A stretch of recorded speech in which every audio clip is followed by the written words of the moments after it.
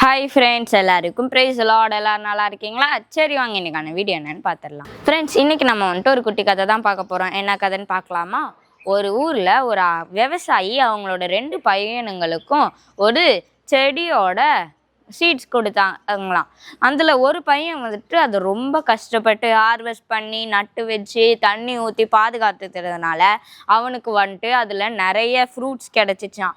ஆனால் இன்னொரு பையன் வந்துட்டு சோம்பேறித்தனம் பட்டுட்டு தண்ணி ஊற்றலை, நட்டு வச்சதோடு சரி தண்ணி ஊற்றலை, அதுக்கு சரியாக சன்லைட் கொடுக்கல, அதை பார்த்துக்கவே பராமரிக்கவே இல்லை.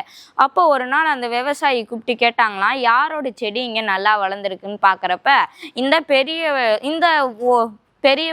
இதில் வந்துட்டு அந்த நல்லா வளர்த்தவங்களோட செடி தான் சூப்பராக இருந்துச்சு. அந்த விவசாயி பார்த்துட்டு பாராட்டினாங்களாம். ஆனால் அந்த சோம்பேறித்தனப்பட்ட அண்ணனோட செடி வந்துட்டு வளரவே இல்லைல்ல. அப்போ அந்த விவசாயி சொன்னாங்களாம், எப்போவுமே நம்ம வந்துட்டு சோம்பேறித்தனம் படுறது நல்லதில்லை.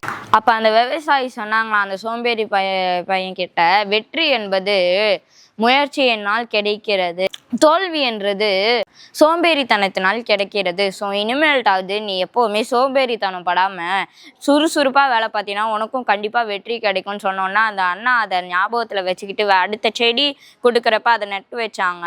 அப்போ அவங்களுக்கும் நல்ல ஒரு ஹார்வெஸ்ட் கிடச்சி நிறைய ஃப்ரூட்ஸ் கிடச்சிச்சான். இந்த ஸ்டோரியிலேருந்து நம்ம என்ன கற்றுக்குறோன்னா, நம்மளும் சோம்பேறித்தனத்தில் படுத்துது இன்னைக்கு படிக்க வேணாம், நாளைக்கு படிச்சுக்கலாம், இன்னைக்கு சாட்டர்டே தானே, எதுக்கு இன்னைக்கே ஹோம்ஒர்க் பண்ணணும், சண்டே பண்ணிக்கலாம், அதான் நாளைக்கு ஸ்கூல் லீவ் ஆச்சே அப்படின்னு சொல்லி அநேக நேரத்தில் நம்மளும் சோம்பேறித்தனம் பட்டுட்டு சோம்பேறி காரியங்களில் பண்ண மாட்டோம், அது பண்ணாமல் விட்டுறோம். அதனால நம்மளுக்கு வந்துட்டு பின்விளைவுகள் வந்துட்டு ரொம்ப மோசமாக இருக்குது. இல்லைனா அதில் வந்துட்டு நம்மளுக்கு வந்துட்டு ஒரு வெற்றியே காண முடியல. ஆனால் இதே நம்ம வந்துட்டு எக்ஸாமுக்கு முன்னாடியிலேருந்தே படிச்சுட்டு இருக்கோம் அப்படின்னா கூட நம்மளுக்கு வந்துட்டு ஒரு நல்ல சக்ஸஸை நம்ம வாழ்க்கையில் காணலாம். பைபிளில் கூட ஒரு வசனம் இருக்குல்ல, நீதிமொழிகள் 12:24 சுறுசுறுப்பு உள்ளவன் கை ஆளுகை செய்யும் அப்படின்னு ஏசப்பா சொல்லியிருக்காங்க. ஃப்ரெண்ட்ஸ், நம்ம சுறுசுறுப்பாக இருக்கிறப்ப அதுக்கேற்ற காரியங்களை செய்கிறப்ப ஏசப்பா நம்மளுக்கு அதுக்கேற்ற பலனை கொடுப்பாங்க. ஓகேவா? இன்னைக்காக நம்ம ப்ரேயர் பண்ணலாமா? அன்புள்ள ஏசப்பா, இந்த நாளை தந்ததுக்காக நன்றி ஏசப்பா. அந்த நாளிலும் நீங்கள் எங்களுக்கு இந்த கதையும் வசனத்தையும் கற்றுக் கொடுத்ததுக்காக நன்றி ஏசப்பா.